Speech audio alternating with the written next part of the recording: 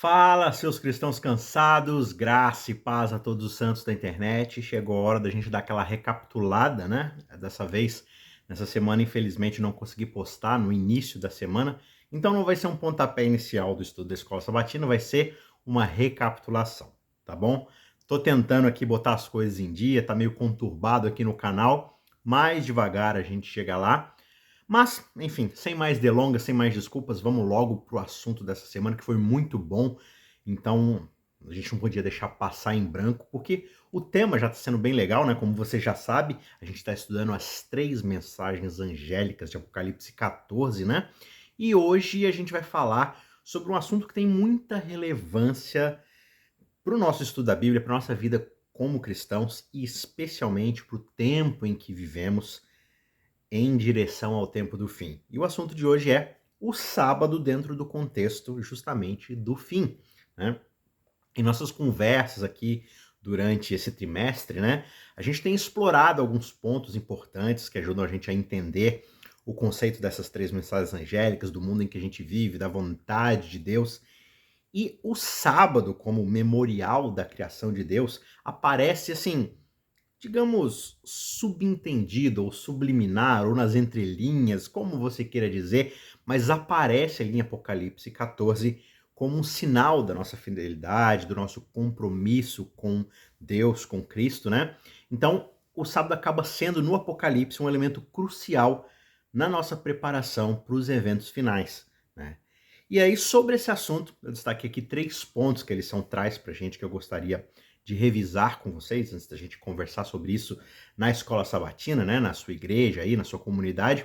E dentre esses 3 pontos eu destaco, primeiro, o grande conflito que se desenrola, né, nesse universo central ali, que se foca bem na questão da lealdade que nós temos a Deus ou ao lado rebelde, ao lado inimigo. E também a gente vai ver um pouco sobre como a teoria da evolução ela acaba minando, ela acaba enfraquecendo ali o significado ou a importância do sábado para o cristão, né?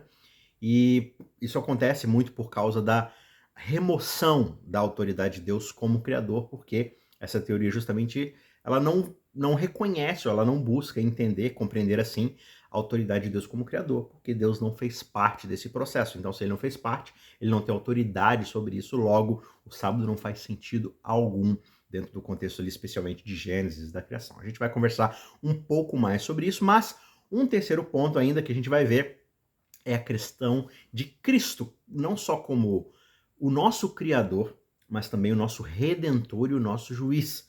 E como o sábado, enfim, a observância do sábado tem a ver com todo esse contexto de expressão da nossa fidelidade, do nosso compromisso e reconhecimento da autoridade dele. Tá certo? Então, nesse contexto é importante a gente lembrar ali as palavras que Paulo diz pra gente, né? Embora ele fosse ali o menor dos menores dentre os santos, ele recebeu a graça de anunciar a todos os gentios as insondáveis riquezas de Cristo e esclarecer a todos a administração desse mistério que durante as épocas passadas foi mantido oculto em Deus, que criou todas as coisas. Então veja, Paulo associa ali a ideia do ministério de Cristo e da comunidade com a criação divina. Então, desde a criação, Deus tem manifesto em Cristo todas as coisas e não deixa de ser assim quando o assunto é a sua imagem em nós, a nossa submissão a Ele como a imagem dele, refletindo a sua vontade, né? Tudo isso está refletido em Cristo, que é revelado, ou é a revelação de Deus para cada um de nós. Portanto, eu convido você a assistir esse vídeo com a mente, com o coração aberto para aprender mais verdades bíblicas, não só sobre o sábado, mas também sobre o tempo do fim e como isso se relaciona com a nossa vida e a nossa comunhão com Deus. E eu espero que essa mensagem possa ser uma bênção na vida de você e a gente possa juntos, né, crescer na nossa fé, no nosso compromisso com esse nosso Criador e nosso Redentor. Tá certo? Vamos lá então? Antes, eu quero pedir a você, encarecidamente, se você achar que esse vídeo de alguma forma acrescentou algo na sua vida, te edificou, te abençoou, te fez refletir um pouco mais, te fez aprender alguma coisa nova, ou se você só quer ajudar o nosso canal mesmo, considere deixar o seu like aí no vídeo e se você puder, compartilhe também esse vídeo com outras pessoas, assim você ajuda demais o nosso canal. Beleza? O sábado e o grande conflito. Veja, quando a gente fala do grande conflito, a gente está se referindo a uma controverso, um debate que ocorre desde o início dos tempos e gira em torno da realidade de toda a criação. E que realidade é essa? Deus criou todo o universo. Portanto, todo o universo deve a ele lealdade. A questão é, Deus ele é digno, ele é merecedor dessa lealdade toda. Então, houve essa rebelião, como você bem sabe, né? Apocalipse vai chamar de dragão, da antiga serpente, mas desse ser rebelde que lança essa dúvida na cabeça dos nossos primeiros pais e também de todo o universo. Então veja, de um lado desse conflito você tem Satanás, o acusador, que é esse anjo caído que se rebela contra Deus. E Satanás deseja ser reconhecido e até mesmo adorado como o próprio Deus. Ele fala assim, por que só Deus tem esse direito? Então ele tenta se colocar, e aí ele estende esse convite para o restante da criação, de que todos nós merecemos nos colocar no lugar de Deus, ou estamos em pé de igualdade com esse Deus. De que o fato de que esse Deus é o Criador não o coloca sobre vantagem sobre suas criaturas. Portanto, a gente não deve a ele nenhuma submissão. E aí, desde então, esse conflito vem se arrastando e ele tem tentado afastar o máximo possível de criaturas de Deus, de pessoas, para longe de Deus, para longe da obediência a Deus, né? E aí, do outro lado desse conflito, então, obviamente, está Deus. E revelado para nós a partir da Bíblia, a gente vê Deus na pessoa de Jesus Cristo, que é o Filho de Deus, que vem à Terra, vem para nos salvar dos nossos pecados, para demonstrar pessoalmente que essas acusações que Satanás lança contra o caráter de Deus são completamente falsas. Deus é, sim, digno da nossa adoração. Deus não é um Deus autoritário, um Deus tirano. Ele é um Deus de amor e ele nos criou para servirmos e adorá-lo, né? Dentro de um contexto de amor, de relacionamento. Então, esse grande conflito é uma batalha, no fim das contas, entre o bem e o mal. É uma batalha entre a lealdade a Deus e a lealdade a Satanás, ou pelo menos a rebeldia contra Deus ficando do lado de Satanás. Então, essa é uma escolha entre os princípios que regem o reino de Deus e a filosofia egoísta que guia os princípios desse inimigo do reino de Deus. Então, no fim das contas, essa é uma batalha da qual todos nós que estamos na realidade da criação, nós fazemos parte. Quer você queira ou não, quer você saiba ou não, nós fazemos parte desse conflito. E a cada dia, a gente acaba colocando a nossa lealdade ou aos pés de Deus, ou aos pés de Satanás. Os nossos pés estão ou de um lado ou de outro. E como é que a gente coloca os nossos pés de um lado ou de outro? Como é que a gente manifesta as nossas escolhas? Através daquele a quem nós escolhemos adorar. Agora, quando eu falo em adoração, a gente coloca na nossa cabeça só essa questão de culto, de ir à igreja. Fala assim, não, eu vou à igreja, eu faço culto, então automaticamente eu adoro a Deus, certo? Eu não adoro a Satanás. Só que aí é que tá, quando a gente estuda mais atentamente a Bíblia, a gente percebe uma coisa. A verdadeira adoração tem a ver com lealdade. E essa lealdade é manifesta na obediência aos princípios do reino daquele a quem a gente diz que serve. E uma das coisas mais importantes que a gente pode fazer para demonstrar a nossa lealdade a Deus é adorá-lo. E essa adoração é a obediência. Veja, a verdadeira adoração não é apenas cantar músicas, frequentar a igreja. A verdadeira adoração tem a ver com a lealdade manifestada na obediência aos princípios associados ao caráter de Deus, ou, vice-versa, do seu inimigo. Então, se eu digo que adoro a Deus, se eu frequento a igreja, mas eu vivo na minha vida os princípios do inimigo, rebelde, sendo egoísta, sendo mesquinho, sendo difamador, quem eu estou de fato adorando? Quem eu estou refletindo na minha vida? Quais regras de qual reino eu estou obedecendo? Quando nós obedecemos os mandamentos de Deus, servindo a Ele, amando o nosso próximo, a gente está mostrando a Deus que nós amamos a Ele, que nós confiamos nele, e a gente está mostrando a Satanás que nós não seremos enganados pelas suas mentiras, nós não viveremos a sua filosofia de vida no nosso dia a dia. Então veja, se por exemplo, eu vou à igreja, eu oro, eu canto, eu ouço sermões, mas no dia a dia eu só penso em mim mesmo, eu fofoco, falo mal das pessoas por trás, eu crio intrigas, eu crio divisões, eu tento sempre me destacar na frente dos outros, rebaixando as outras pessoas ao meu redor, né? Ou seja, sempre pensando mais em mim mesmo a despeito da necessidade dos outros. Na verdade, eu estou adorando o inimigo de Deus, porque eu estou obedecendo os princípios do reino dele, que é o reino rebelde. Porque essa é a filosofia de vida deles. Dele, né, no caso aqui. Então, no fim das contas, adorar tem a ver com seguir na prática de vida a filosofia do reino a qual eu digo pertencer. Veja, a Bíblia diz pra gente que Jesus Cristo, na sua união ali na Trindade, é o Criador de tudo. João vai dizer que ele estava lá no princípio, ele estava com Deus e ele era Deus. Esse verbo que criou todas as coisas. Então veja, Cristo criou os céus e a terra, o mar e tudo que existe dentro desse espaço. E ele também criou a mim e a você. E justamente porque Jesus é o nosso Criador, isso faz com que ele seja merecedor da nossa lealdade em primeiro lugar. Porque ele é aquele que nos deu a vida e ele nos sustenta. Por isso a gente deve tudo a ele, inclusive a nossa lealdade. Só que a Bíblia também nos diz que mesmo os anjos não caídos, eles reconhecem Deus como Criador. Só que qual que é o problema?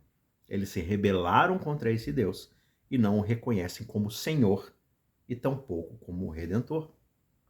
Eles sabem que Jesus é o Filho de Deus. Você vê no ministério de Jesus demônios falando: nós sabemos quem você é, que você é o Filho de Deus.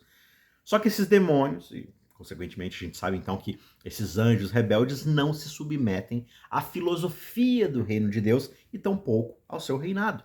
Eles preferem ser rebeldes, aliados ao inimigo, vivendo a sua filosofia egoísta. Só que haverá um dia em que toda rebeldia receberá uma resposta. Mesmo os ímpios, eles vão confessar um dia a justiça de Deus como Criador, executando o julgamento. E Apocalipse 15:4 diz pra gente justamente isso. Olhei e ouvi uma voz de muitos anjos ao redor do trono e dos seres viventes e dos anciãos. E o número deles era miríades e milhares de milhares, que com grande voz diziam: digno é o Cordeiro que foi morto de receber poder, riqueza, sabedoria, força, honra, glória e louvor. E toda essa dignidade, toda essa aptidão de receber essas coisas vem justamente do ato de Deus e de Cristo como Criador e Redentor. Portanto, uma das maneiras da gente mostrar nossa lealdade a esse Deus é reconhecendo a sua soberania como Criador. E Gênesis mostra pra gente que dentro do contexto ali da criação, narrado nos 2 primeiros capítulos, o que é estabelecido como algo santo e memorial dessa atividade criadora de Deus é o quê? O sábado. Sábado esse que vai ser reafirmado no 4º mandamento lá com Moisés. Então veja, o sábado é um dia de descanso, é um dia de adoração que foi estabelecido dentro do contexto da criação para celebrar, para nós lembrarmos de que Deus é o nosso Criador e de que nós somos suas criaturas. Nós não somos os nossos próprios criadores, nós não independemos de Deus para a existência. E o sábado também é um dia para a gente refletir sobre a bondade que Deus teve de nos criar, mesmo sabendo que a gente ia se rebelar, que ia custar tudo para Ele, né? Portanto, esse é um dia para a gente celebrar essa relação, nos aproximarmos mais dele, também passarmos tempo com a nossa família, com os nossos amigos e servirmos as necessidades dos outros, para pararmos de pensar só em nós mesmos. Veja, qual que é o jeito de você adorar o inimigo? Vivendo a filosofia dele, que é o quê? O egoísmo, o autrocentrismo, só pensar em si mesmo. Então o sábado também é um dia para a gente viver pelo outro. Por quê? Porque eu não preciso ficar trabalhando só para mim mesmo, eu não preciso dedicar todo o tempo do mundo só para mim. Por quê? Porque Deus cuida de mim. Ele é o meu Criador, portanto eu posso focar a atenção também aos outros. A lição vai comentar para a gente que o sábado está no centro do grande conflito sobre a dignidade de Cristo em receber a adoração como nosso Criador.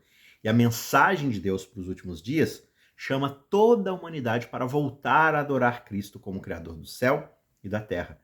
E a base de toda adoração é o fato de ele ter nos criado. Está lá no parágrafo 2 de segunda-feira. Note que o sábado está no centro do grande conflito. Essa é a ideia que a lição traz pra gente. Porque ele é um sinal da nossa lealdade a Deus como nosso Criador.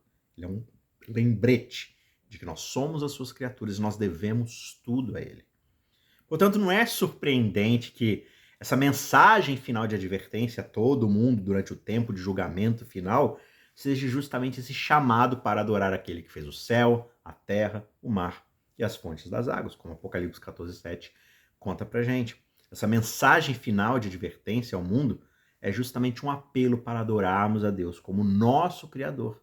É um chamado para nós voltarmos a Ele e recebermos o seu perdão e salvação como nosso Redentor. O que leva a gente agora para o segundo ponto, que é a evolução no papel de anular o sábado e, portanto, anular a autoridade de Deus como Criador. Ou, ao contrário, se você preferir. A evolução quer anular, não que ela quer, né? Ela não é como se ela nasceu com esse propósito, mas esse conceito, essa filosofia, essa teoria, ela acaba tendo esse efeito prático. Veja, o sábado é um dia de descanso, de adoração, né? Como a gente já mencionou, que foi estabelecido lá na criação, um dia para a gente lembrar que Deus é o nosso Criador, que nós somos as suas criaturas. Mas quando a gente pensa com um pouco mais de profundidade na teoria da evolução, né, ela meio que ensina que o universo e toda a vida na Terra surge através de um processo de seleção natural, né, ao longo de bilhões de anos, de desenvolvimento ali, de efeitos aleatórios que vão acontecendo, né, cadeias evolutivas que vão se desenvolvendo nesses bilhões de anos. Só que essa teoria, e nem é o papel dela, nem é o propósito dela, ela não inclui um papel para Deus na criação do universo ou da vida. Ela não está preocupada com isso. Né? Ela não está preocupada em explicar Deus, em fazer religião. Ela está preocupada com outras coisas. Agora, se dentro do que a evolução estritamente propõe como verdade está o fato de que não há necessidade para um Deus criador, automaticamente não existe necessidade para o sábado.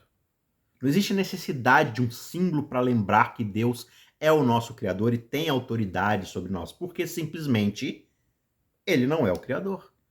É por isso que a evolução é uma, digamos assim, ameaça para o sábado. O conceito evolutivo acaba minando a ideia do sábado, desconstruindo a ideia do sábado, porque ela mina a própria base do sábado, que é o quê? A crença de que Deus criou o universo e tudo o que existe nele.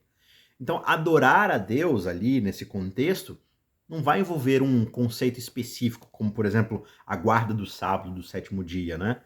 E isso acaba libertando, digamos assim, o adorador para fazer uma adoração de qualquer jeito, de qualquer maneira, a qualquer momento. Ou seja, ele vai escolher os parâmetros segundo os seus próprios critérios.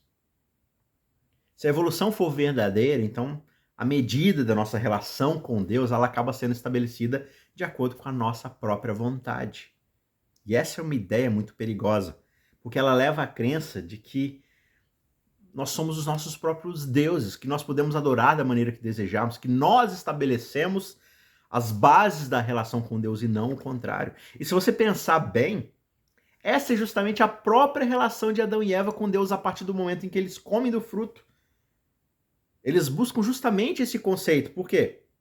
Eles pensam, bem, tá tudo bem eu ter uma relação com Deus, mas sou eu que dito as regras e não o criador de todas as coisas.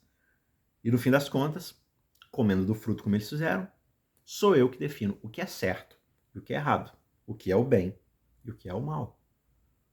Veja que uma coisa vai puxando a outra. O fio da meada aqui é o sábado traz pra gente o reconhecimento da autoridade soberana de Deus sobre nossas vidas. Quando eu anulo o papel de Deus como criador, logo não existe mais essa autoridade.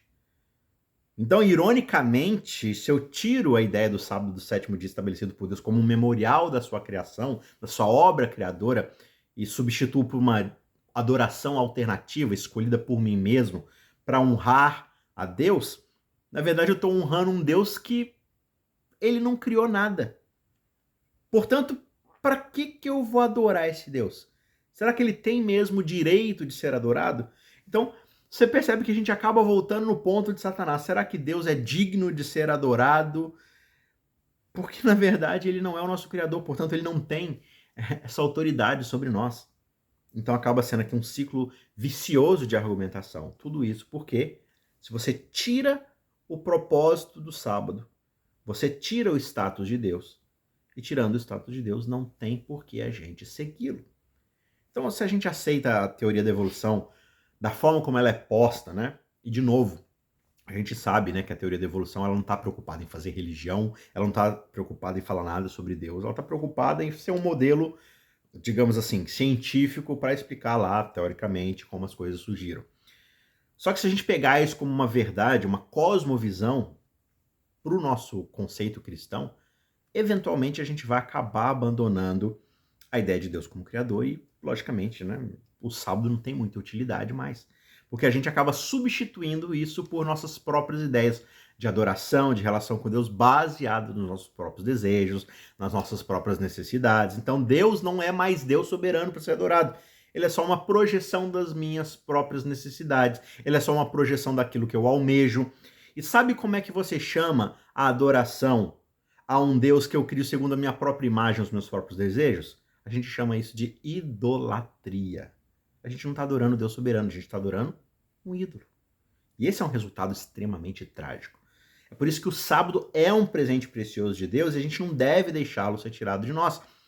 Porque ele reafirma semana após semana que nós somos dependentes da autoridade de Deus sobre nossas vidas. Ele é Senhor e soberano sobre nós. A gente não pode esquecer jamais disso, porque é isso que vai basear a verdadeira adoração que esse Deus merece.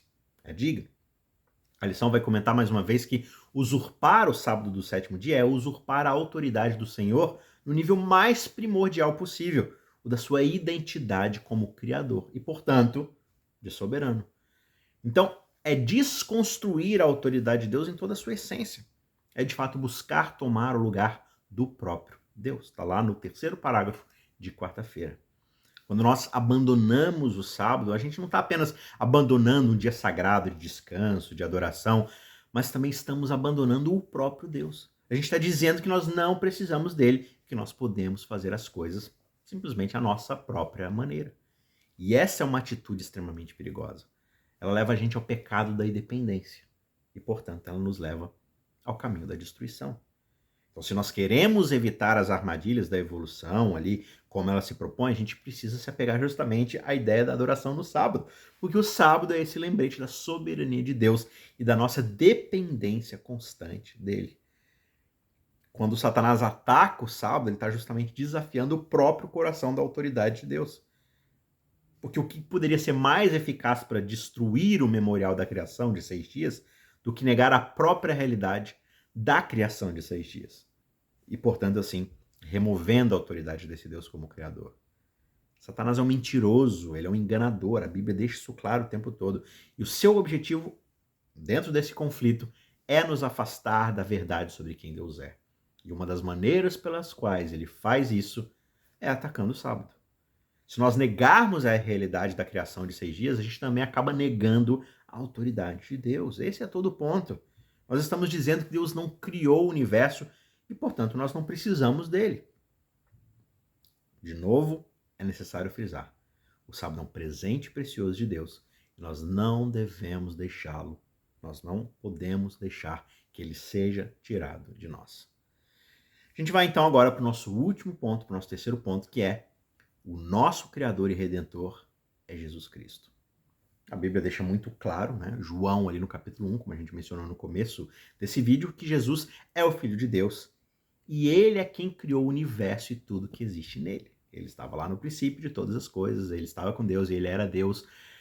Todas as coisas foram feitas por meio dele e sem ele nada do que foi feito se fez. E ao mesmo tempo, ele é aquele que veio à Terra para nos salvar e nos redimir dos nossos pecados. Então não só Jesus é apresentado na Bíblia como nosso Criador, ele também é apresentado como nosso Redentor, aquele que morreu na cruz para pagar a penalidade que eu deveria pagar por causa dos meus pecados. E como você bem conhece o Evangelho, ele ressuscita dos mortos 3 dias depois para nos oferecer a vida eterna. Só que Jesus também é o nosso juiz. E Apocalipse vai mostrar isso. Quando ele pega o livro, ele toma para si o direito novamente de julgar a terra. Então, ele vai voltar um dia à terra e ele vai fazer exatamente esse processo de julgar os vivos e os mortos, recompensando aqueles que foram fiéis a ele apesar de tudo e punindo aqueles que se rebelaram contra o seu reinado. E como Criador, Cristo está qualificado de forma única para poder examinar o caráter de cada uma das suas criaturas e poder executar um juízo que seja completamente, 100% justo sobre aqueles que são ímpios. E dando graça e redenção àqueles que, embora fossem ímpios, se arrependeram e aceitaram pela fé, a sua redenção. Jesus é o Criador de todas as coisas, ele conhece tudo sobre nós, nossos pensamentos, nossas palavras, nossas ações. E ele conhece as nossas forças, as nossas fraquezas, e ele é o único qualificado para poder então nos julgar. Ele é o único que nos conhece perfeitamente. Ele é o único que pode ser justo no seu julgamento. E todo o trabalho de julgamento de Deus está baseado justamente na sua obra de criação. Deus criou o universo, Deus criou tudo que existe nesse universo e, portanto, ele nos criou à sua imagem. E ele nos deu o presente da livre escolha, do livre-arbítrio. Portanto, nós temos a capacidade de escolher entre o bem e o mal. Nós temos a capacidade de escolher obedecer a Deus ou se rebelar contra ele. E quando nós escolhemos a rebeldia, quando nós escolhemos desobedecer a Deus, a Bíblia vai chamar isso de pecado. E o pecado é aquilo que nos separa de Deus, que nos afasta da sua presença, porque nós nos tornamos inadequados para a sua presença, que é santa, perfeita e pura. Nós somos criados por Deus e somos responsáveis pelas nossas ações. Aquele que nos fez nos considera responsáveis pela forma como nós utilizamos esse dom que ele nos deu, que é o dom da livre escolha. E como nós fomos criados por Deus com essa capacidade de fazer escolhas morais, nós somos responsáveis pelas decisões que nós tomamos. Se nós fôssemos apenas uma coleção aleatória de células, de produtos da nossa hereditariedade, né, do nosso ambiente, de fruto de pura seleção natural, as nossas ações seriam amplamente determinadas por forças sobre as quais a gente não tem controle, portanto, sem nenhum padrão absoluto de moralidade. E por isso a gente seria inocente das maiores atrocidades possíveis. Você já viu como é que é interessante a discussão das pessoas? Elas querem dizer que certas coisas são certas e outras são erradas, que isso é mal, isso é bom, que isso é uma atrocidade, que isso é um ato de pura bondade. Mas baseado em quais parâmetros a gente decide o que é certo e o que é errado?